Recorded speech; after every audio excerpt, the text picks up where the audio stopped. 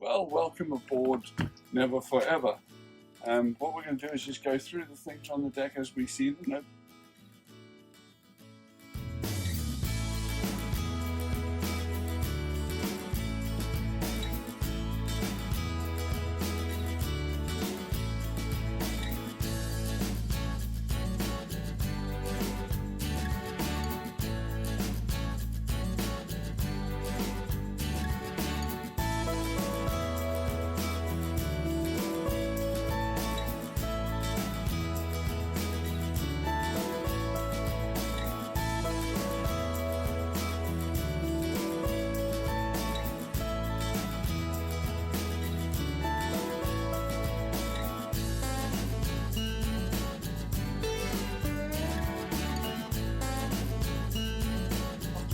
Aftermost part, which is the shore power cable.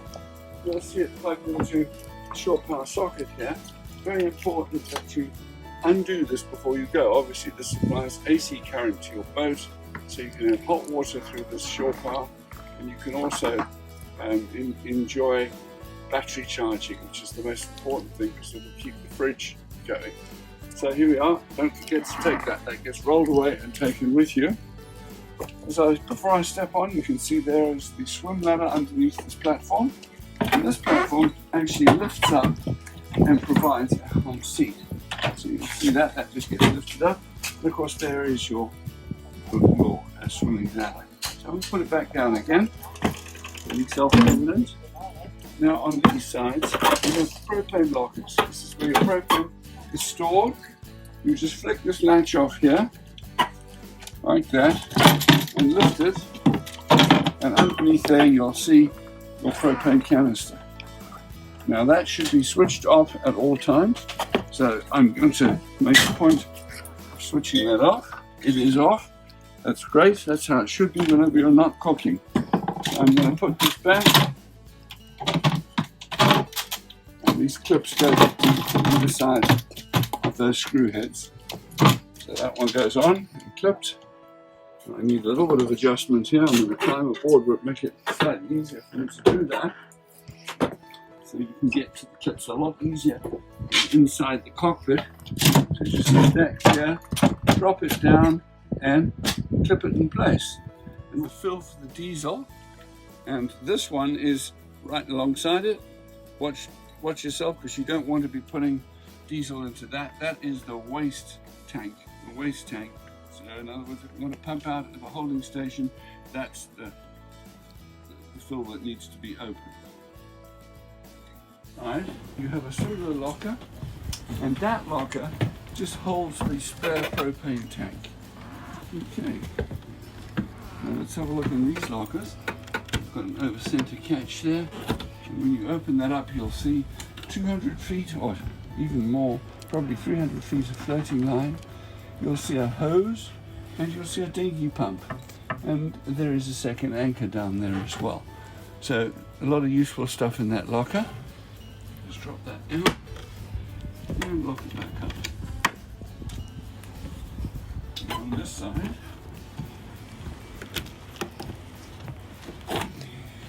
there's a good storage spot for a bucket, but that's where the two macerator pumps are. So they're far aft and out of the way. Excellent. Now we're going to go up to start the engine on. Okay, and here we're going to quickly go through the starting procedure. We use the key, the round key, and that goes into the key slot right at the bottom here. And when you switch that on, you'll see the lights will come on. If you don't do it the right way, you won't get lights on. So, there, lights on. You can hear it beeping away happily, and you've got a push start. You can switch it off. What you need to do before you start is just to make sure that you've got a little bit of throttle. So in the upright position, the 12 o'clock position, that's neutral, and it's also slow idle. We'd like a little bit of throttle when we start up, so in the 12 o'clock position, I'll push the button in and give myself a small amount of throttle, as you can see. So back to the key, switch it on, the lights will come on, and you can start. There you are. And a little bit more throttle will help the light go off. Now what you must look out for there is a helping jet of water coming out the transom. I can hear it splashing out quite heavily.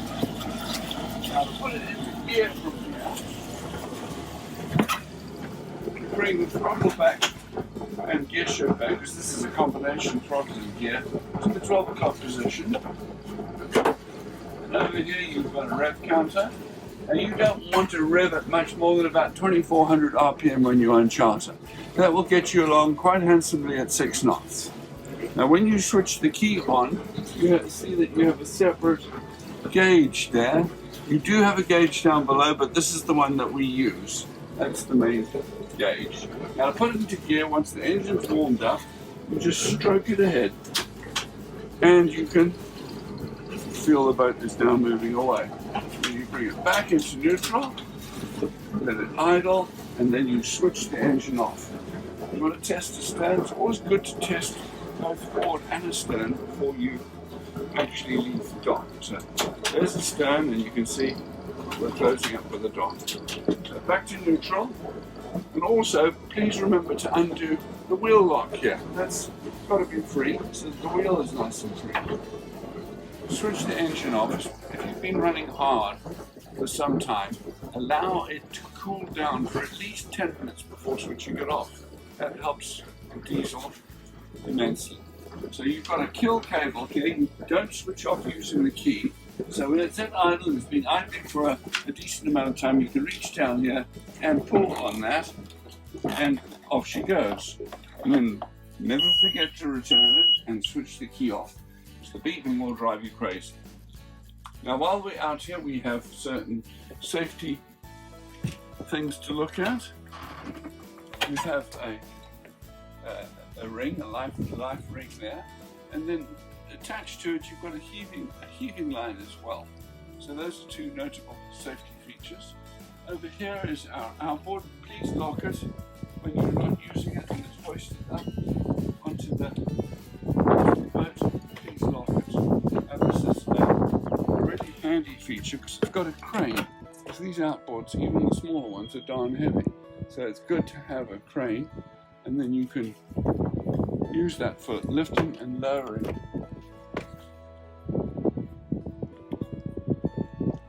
Okay, so that's down here. That last pulley goes through a pulley, comes down through the middle of the pipe, and exits out here with a brake. And there it is right there. That's your halyard for lifting it up. So I usually have somebody standing here once you've undone the thumb screws here, and then I would have somebody standing here just to help it out while a person in the cockpit pulls on the halyard. And then once you've got it clear of the outboard mounting board, you can then swing it over. I would position the dinghy right there, and I would strap the dinghy in fore and aft, and you can move this over when it's directly opposite the transom and lower it gently down, and you wouldn't have broken into a sweat at all. So this boat is equipped with a roller furling mainsail. Right, we're going to pull the main out. It's got an in-mast furling main, and to start the procedure you want to be heading upwind. So you go upwind and you open up the outhaul. And outhaul is this red line, and that's going to pull the sail out of the mast. And you make sure that the boom vane, the next one along, is free, so there's no tension on the boom vane. And then the main sheet must be allowed to move as well. So those three are open without any tension. The one that we're going to be pulling is on this one. And on this side over here, I have the in and out haul. Now it's a continuous loop that goes around the ratchet on the gooseneck of the mast. So we're going to start off with you pulling that sail out. Really quite hard. So there you go. And you can see what I'm doing, because I'm helping with these rings. So there we go, and out comes the sail. All done. Okay, we're out all the way, so that's good, the main is out. Now to put it back again, same thing, you open up those three, you open up these two. One is the in haul, and the other one is the out haul, and they're just a continuous loop. So now to put it away again, make sure those are open, and that's there, and you just ease that off as I put the thing away. Alright, so I'm now pulling your easy. That's see the sail rolls back nice and easily, and I'm pulling in. You're just easily, don't let it go too loose, you just hold a little bit of control on that, and you do a little bit looser if you like.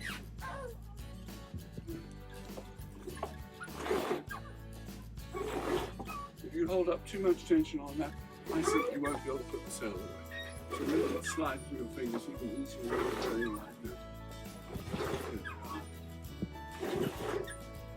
And until the dark blue patch, which is the UV protection patch on the sail, goes into the mast, and you can see that's about it. Alright? So that's the sail in and out. And we can just lock things up. So take a few turns on that and then lock those three. It'll be true. Job well done.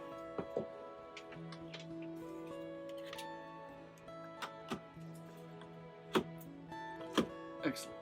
We're now going to go forward and we're going to first of all start the engine. So the motor will be started so that we can operate the anchor windlass. So start the engine as we discussed. To operate the anchor windlass, we've got to have the engine running. If the engine's not running, it's not going to operate. So we have to make sure it's started, running, and at least up to 1500 RPM, because this will allow the alternator to charge and start putting some useful charge back into the batteries, which we need. My recommendation is before you pick up the anchor in the morning, that you start the engine and you run it for a good 10 minutes to get some surface charge into it, because that will help the anchor windlass and the batteries enormously.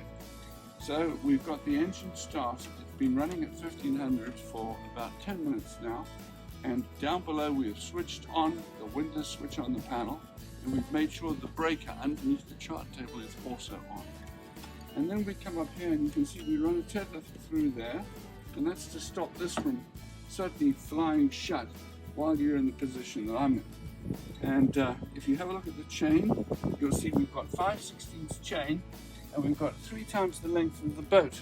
So you've got about 120 feet of chain, and you'll notice there's yellow markings there. Those markings, yellow markings, are there every 10 meters, 30 feet, you'll get that marked. Very simply, you have a down button, you just press it, and you have an up button. And that's all you really need to do. Just up and down, very simple. If the anchor jams, this chain and rope jam together, which can happen when you're going from the rope to the chain and vice versa.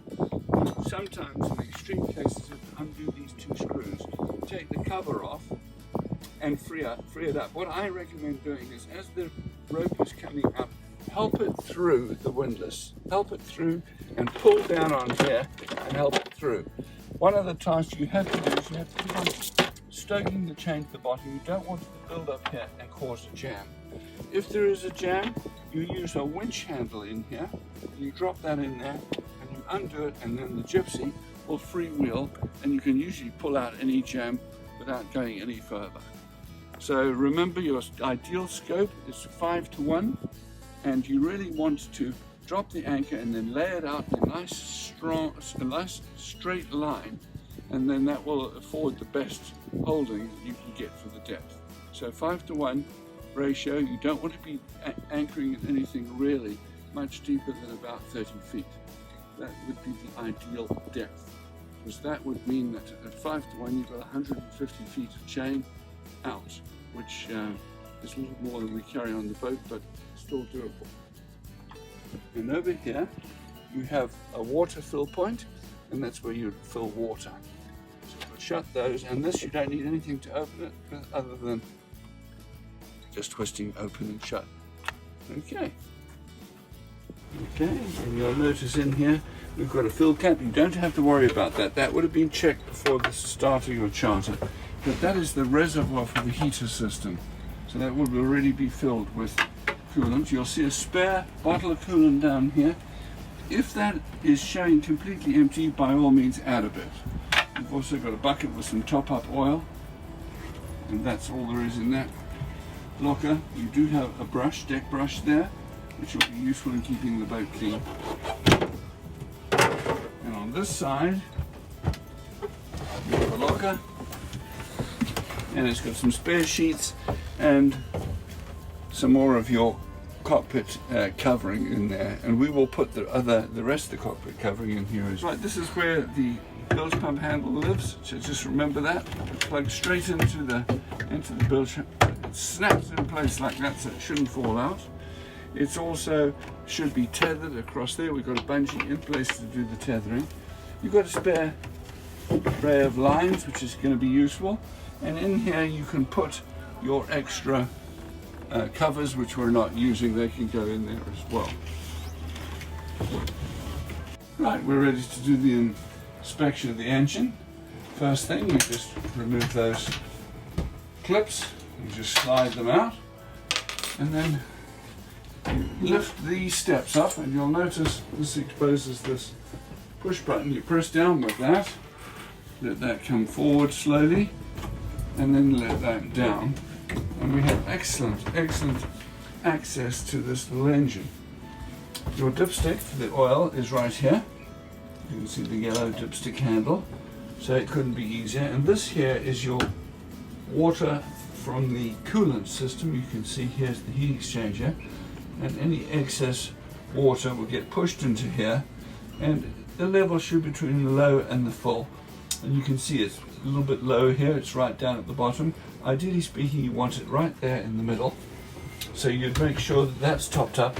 And topping that up, you just open up this and top it up through that aperture. While you're in here, make sure that the V-belt is in good shape. Never open that. You don't have to open that. We're more interested in making sure this level is right. And a quick look into the bilge. You can see we've got a little bit of coolant lying there in the bottom, so this will get investigated by the technicians. But it's a good thing to do is just to check and make sure that there's no great accumulation of fluids in there, because that would be a telltale of something that's amiss. So that's really all you have to do. Filling of oil is done through there, and you've got top up oil and a small funnel, and you can just top that up and get it back onto the mark if it needs it. And of course, shutting it is just the reverse. You flip this open and you let that forward slowly, and you can hear it click in. Drop those back into their shoes, and then slide the pins back. And that there is your engine check completed. Right, we're now going to light the stove. Your first thing you have to do is open up the propane bottle, which is on the transom. And there are two bottles on the transom. They each have their own locker. The starboard aft one is the one that's hooked up, and that's the one that controls the flow of propane. You either got to open or shut that. Very important to shut that when you're not using it. So we've just switched it on for the sake of demonstration. And with that on, we come along and we switch on the LPG gas switch, and that will switch that on. And now we move across to the controls in the galley. So if you come across here, you'll see that over here we have our propane control. So there you are, you switch it and you'll see the gas light on comes on, and this little red flash on the toggle switch will show you that it's actually on. Now with that on, the propane open, and that switch over there on, we can then come over here and light the stove. We have got ourselves a lighter. Now if you have a look here, there's a pattern indicating exactly which burner we're going to be working with.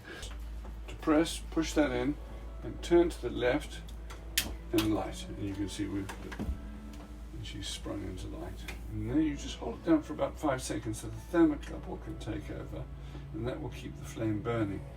To switch off, you just rotate up, and then when it's at the 12 o'clock position, you'll notice you can't turn the lever anyway. And that's the same for all the burners. This one up here does that one. To press, twist, and light. And you hold for 5 seconds, and you can let go. And of course, here's the last one. To press, twist, and light. So we have a fully functioning stove top. That's it. Now to do the oven, I'll show you what you have to do. First of all, undo the door. That's it. You'll see that that clicks and moves down. Now the oven has its own control right here. Now you can have a grill or an oven or a broiler. So that's what that is. And again, the same sort of thing. At 12 o'clock you can't move it. If you want to light the top, you just go to the left and hold it down, and then using the same, you come in here and you light that. You light the broiler, and that's working perfectly. And the same with the oven. The oven has its temperature range here, and to light it, I usually like to be able to see it. And I usually move this tray out of the way so that you can see it. And again, twist and hold it over there, and you can light it just like that. And I hold it for a little while and leave that on. And of course, then you can select the temperature. And switching off, right, go to the top. There we are, that's shut. When you can't move it anymore, and it's good to find that spot, you won't be able to rotate it. And that's work the refrigerator on the boat. You switch that on there, and there it is. The light comes on opposite refrigeration. Now it's important to know that this is quite a heavy draw on the batteries. So it's always good to be plugged into shore power when you want the fridge on. And you can hear when it switches on, it fires up and you can hear it working there. Let me show you where the thermostat controls are, because the secret of keeping these working well without flattening your batteries is not to over-regulate, not to over-switch. Now, open that up, and they're held up with a piston shock, and if you look down there, he's written there in tape, do not set above 2. Well, we needed it to be a bit colder than 2, but you can see that's instantly getting cold. That's working well, and it's a generous plate that goes all the way around. This here would be the freezer section closer to the plates, and it's held up with that piston shock. So we'll just pump that down and open up this for the rest of the access to the fridge, and here you have it. Again, generous space, and you get the cold air being blown through from the freezer part to this, which makes this a fridge. Now to drop it back down again, hold on to it, just give it a slight tap, holding on all the while, and let it fall down, and then snug it into place. And that's the operation. And this is our control panel, the 12 volt control panel, and also the control panel for the shore power and 110 volt. Everything is as written. These switch on your panel lights. First of all, let's go to the top. That is your breaker, your 12 volt DC breaker. With that off, you have no power to the panel. So that should be on, and it'll be indicated with that nice bright light. And then you scroll down, you have panel lights, cabin lights. So those have to be on to have lights on in the boat. And so those two would be on. The courtesy lights are the little lights at your feet, and there's 2 of them. You switch on the tank indicator, and this will energize this. And this gauge is purely used for measuring the amount of fresh water that you have there. It does say wastewater as well, but it's typically unreliable. So I would empty the holding tanks every day and you won't have a problem. But you can just switch this, and you can see there's diesel fuel. It's not showing because, as I said, we have a separate gauge. And if you hit that again, there's your wastewater. That shows empty, which is a good sign, but again, not very reliable. And press once more and you're back to your fresh water. So treat this as your fresh water gauge. And moving down, your water pressure, that needs to be on. You can hear the pump come on as soon as I switched it on. It's a good thing not to have that on all the time, which means that the whole system's not under continual pressure. So switch it off when you're not using it. This is your shower, okay, for the refrigerator, and the shower pump out. So that does both of them. Over here, there's the macerator. So you would switch that on, and you won't hear anything, but the macerator pump, you have to come across and press this, and you can hear it pumping away. And it'll speed up when it's empty. There we are. So that's your macerator. Remember, 2 switches. Switch on here and then press the rubber button.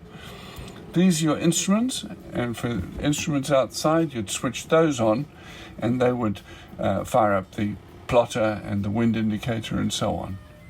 So let's switch off what we're not using. The cabin light's off, tank indicator, the shower pump out, the macerator, and instruments. Over here, this is for your stereo, your TV, your VHF. This is the propane.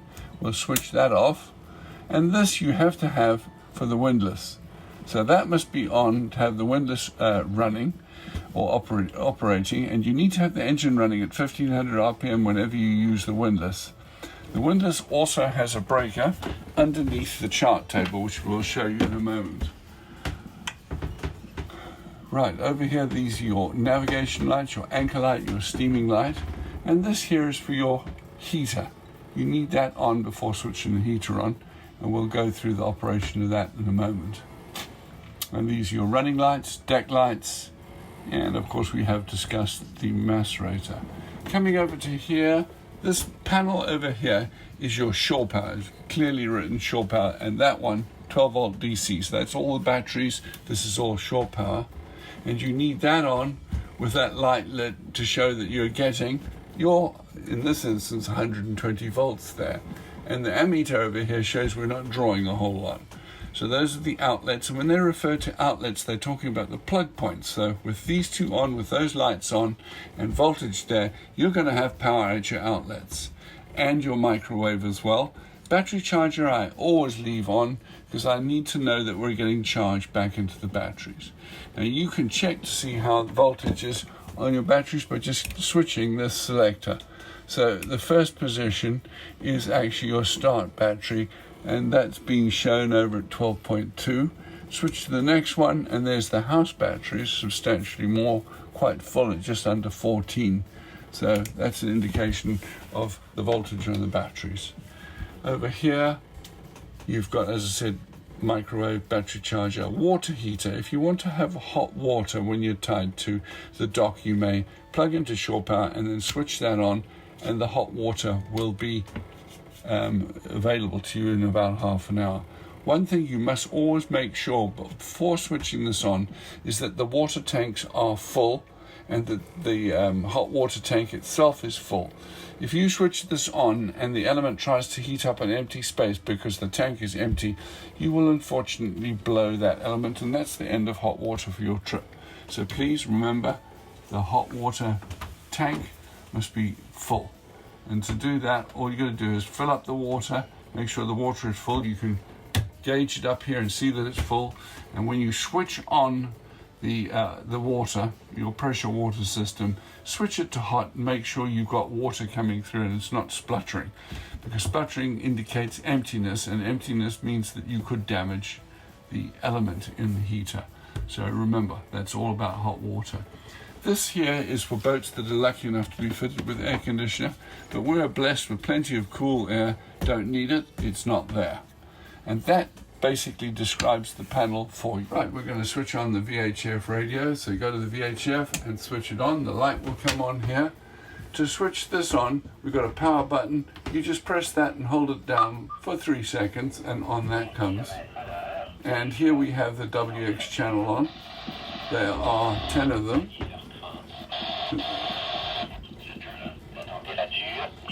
And those are your...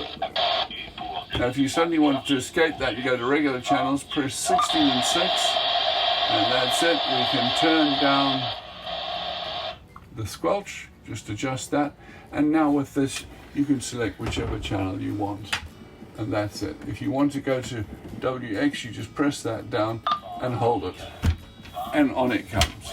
Okay? Switching off, there's your power. You just press that down and hold it for a few seconds and it's off. Nothing more simple than that, is there? So this is your battery select panel, where you can either charge with a regular battery charger, or if you're out on anchor, you can have the inverter on. And to get the inverter on, you just press that and press it again, and you can see the inverter light is on. Okay, and the charger is working with the inverter. So here you can see this is changing now as it's accepting some charge. We don't like to use the inverter unless we're at anchor. When we're at shore power, we just plug in and enjoy the battery charger doing all the work. So to get rid of the inverter, you just press that again and you'll see the light is off.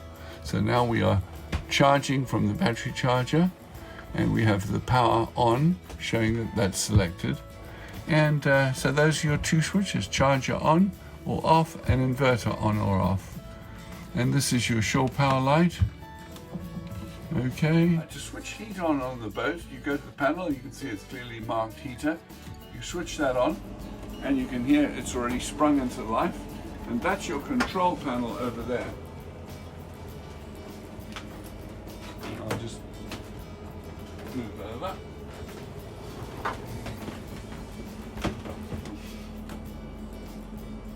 So once you've got that, you switch this up to full like it is, and you depress the little toggle switch, you'll see the light come on. And now this will take about 10-15 minutes to get water circulating through the boat and hot air coming through. If you wanted to switch it off, you could just switch this right the way down, and you could switch that off like that. And that would switch the heater off. It will still run for a bit while it goes through its cooling down process, but that will switch off in a few moments. Now you also have over here the actual fan positions where you can go off and low and high. Here we are, and that's off now. And you can put it onto low if you want. There we are. So that controls the amount of air coming into the boat. There are the battery switches, and the battery switch in the on position. You've got basically a DC reset here, so if there is no DC current on here, just make sure that this is on. And you also have a pump reset fuse there. Over here you've got the breaker for the actual windlass. Okay, so that little trigger being hung down like that means that it has tripped. To reset it, you just load it up with your finger and it goes back into place. So when it pops, this little tongue comes out, and that's in the position that will not pass current. So we just reset that and it'll be fine. This here is your starter battery, which is on. Okay, and then you have a starter battery test and a house battery test. Those are just your fuses. So with both of those on, you've got charge going into either of them. These toilets, the Japsco standard toilet, is always left in the dry bulb position. You can see that lever moved across to your right is indicating a bowl that's without water. If you flick it across to the left, it's now the wet bulb position, and you'll see when I pump, water will come in. Here we are.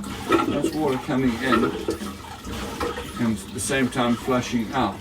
You want to dry it, you put it onto the dry bulb side, and you pump, and a little bit of water, whatever's left in the pump, will flow through, and eventually you won't get any water at all. And you can see I'm not pumping it. And that's it. And then you can twist it to lock it, and that will be in the lock position, like that.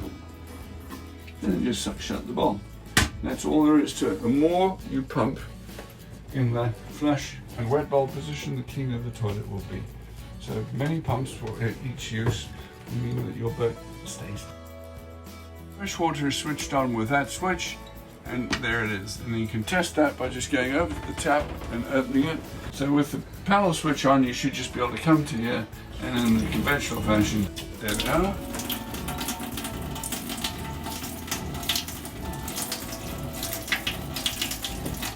Just off at the panel when you're not using the water.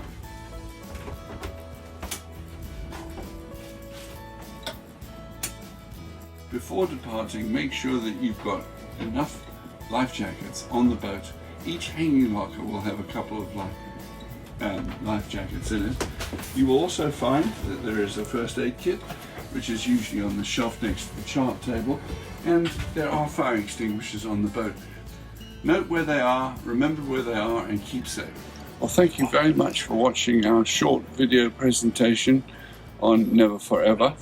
We sincerely hope that you have a wonderful holiday, and I hope that this video will help you out of any questions and snags that you may occur on the way.